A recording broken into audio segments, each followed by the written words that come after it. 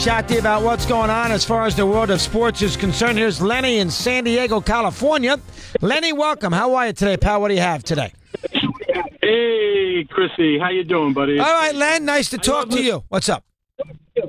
I love hearing you and Steve. You know, I grew up in New York. I left a long time ago, but I love hearing you guys talking about the train and the traffic, getting around and stuff. It's, you know, you can grow up in a city and leave, but it's still in your blood. So yeah, I get it. No, you're in a great town right now, though, so you don't have to worry about traffic and weather and all those kinds of, and Metro North and all those kinds of things. Go ahead. Right. It may be good for that, but not if you're a sports guy. Yeah, it's and tough. This is my town, and I got nothing. You know, the pods are starting. You know, it's always wait till next year.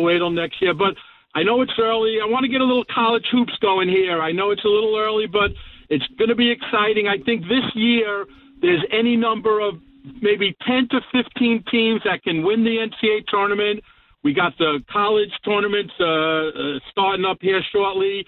The Blue Bloods, Kentucky, Kansas, they're not strong this year. I think it's going to be a wide-open tournament. Villanova got beat last night. You know, it's going to be some dark horse that's going to win it this year. Lenny, I think that Kentucky lost last night to Auburn, which is not a surprise. But, yes, I think, you know, when you have Auburn and Texas Tech in the top 15 in the country, you know it's a weird year. I mean, that's all there is to it. When Auburn is that good and, you know, ranked that high, I'm not sure what their latest ranking is. How many they've lost 2 or 3 games? And you have Texas Tech. Texas Tech, really? The Red Raiders of Lubbock, when you have them in that spot, you know it's an odd year as far as college basketball is concerned. Throw in Clemson. I mean, think about it. You got Clemson. I also throw in Arizona State. Now, Arizona State was doing well. I don't know where they are right now. I should have Eddie get me all the... Why don't you do that, Ed? Punch up all the college standings. I can take a look at them. I have not paid too close attention. But, you know, Clemson, Texas Tech, Auburn, Arizona State was good for a while. It is weird when you see it.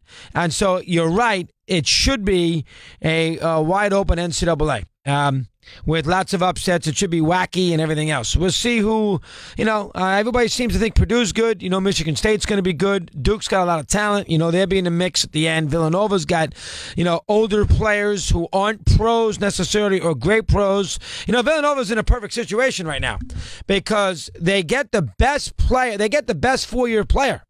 They get the best player who will be around for a lot of years, who is not a pro, so it's not a one and done.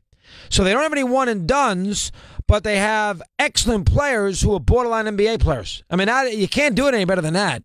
And that's what they have right now, and that's one of the reasons why Villanova is where they are as far as the sport is concerned. John in Queens, New York, he's with us here, and he's on Mad Dog Unleashed. He says hello. John, good afternoon. How are you today? I'm doing great. Thanks for taking my call. You know, the Mets had the same ERA in 2014 as 2015, yet they finished under 500 in 2014. And in 2015, everyone talks about how they swept the Cubs, but the Mets with their rotation were 0-7 versus the Cubs before Cespedes arrived. Now, to me, I look at this Mets team right now, I look at this past year, they were under 500 before injuries. And it goes back to 2007 when the Mets had the biggest collapse in history. Jose Reyes was a big reason for that collapse. He hit 200 during that final stretch. The team lacked an urgency. The Blue Jays, very talented, couldn't win with him in their locker room. Then they get rid of him. They go to the ALCS 2 years in a row. Remember, Tulowitzki didn't do anything. It shows you everywhere this guy goes, the word significant underperformance is well, and he's still on the Mets, so you're worried that Reyes is going to play an active part on a team that can be pretty good? He ruined their season last year. He messes up everyone's timing. He creates a very unhealthy culture. Notice how guys started bleaching their hair after he showed up. That was a sign of his influence. The collapses of 07 and 08, everywhere he goes, teams become a disaster. And that's why, in my opinion, they're not winning anything this year because he's on that team. If they have any chance, though, they need to go out to get a legitimate starter because he makes their team 5 to 10 games worse just from his presence. Well, I think you're being way too harsh on him. Yeah, you know, I don't know why you're picking on Reyes that much. I think you're being a little harsh on him, John. And he's a backup player right now. Texas Tech is 21-4. They're 7th in the country. Auburn's 22-3. They're 10th in the country. This is AP Top 25. That's two that normally, and Clemson is 20-4, and they're 11th. So you have 3 teams that, you know, normally are, you know, 2 of them are football schools. The third one is, since Bobby Knight, I mean, you have an 11th, 10th, and a 7th seed, or 11th, 10th, and a 7th ranked Tigers, and Red Raiders. That is That tells you what you need to know. Plus, you got Rhode Island in the top 20. You got St. Mary's in the top 20. Arizona State's 25. I mean, you got a lot of teams here that normally are interlopers. You know, Virginia's never been number one in the country, and they had Sampson. Look at them. They're 20. Maybe they were number one at one point, way back in the early 80s. I'd have to look. But they got Virginia sitting there at number one in the country. Xavier's always been good, but they're fourth. I mean, it's a weird year. St. Mary's is Gonzaga. Well, St. Mary's is another example. They got killed the other day by Gonzaga, but they're 15. A lot of interesting teams that you wouldn't expect in this situation, so we'll have to keep an eye on it. Kevin in Virginia is on Mad Dog Unleashed. Kev, good afternoon. How are you today? Hello, refugee.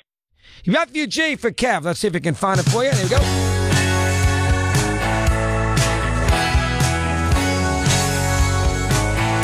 Stuck in a life raft on the East River. Get me some radio. There you go. All right, Kevin, what is on your mind today? What do you have for me? Go ahead. A real odd refugee. I used to listen to you in the late 80s when I was coaching high school at Great Neck South and driving a night law school at St. John's. I used to listen to your show. Wow. And then I spent 28 years in the Army as a lawyer, like a few good men. Just retired, and 6 years over in South Korea, actually. I just retired, coaching high school again. Put on my radio, and I found you again. Oh, my God. That's the strangest thing. You got there in 88, left us for 30 years, went to Korea amongst your destinations, and retired a short time ago, stuck on Sirius, and here we are. That is strange. Oh, my gosh. That is strange. Go ahead. I just wanted to tell you that. I'm so happy I can hear you again. I just wanted to tell you that. Well, how about the Olympics, too, Kev? You've been in Korea.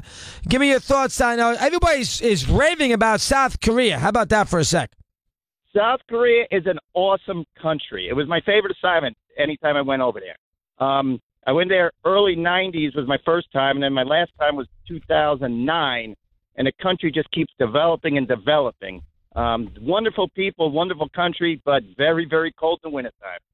Very cold, but I'm surprised how many people love it. I mean, my feeling of South Korea is MASH. Maybe that's it. I got to get off the MASH thing. I mean, I got to get off of MASH. When I was there 30 years ago, it was like that, but the country keeps developing, getting more and more modern.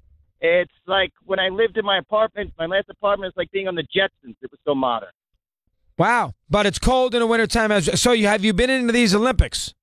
No, I've not been to the Olympics. No, have you been into these Olympics? Have you been into it? I've been into these Olympics. Yeah, I've been watching the Olympics, of course. You have been. Okay.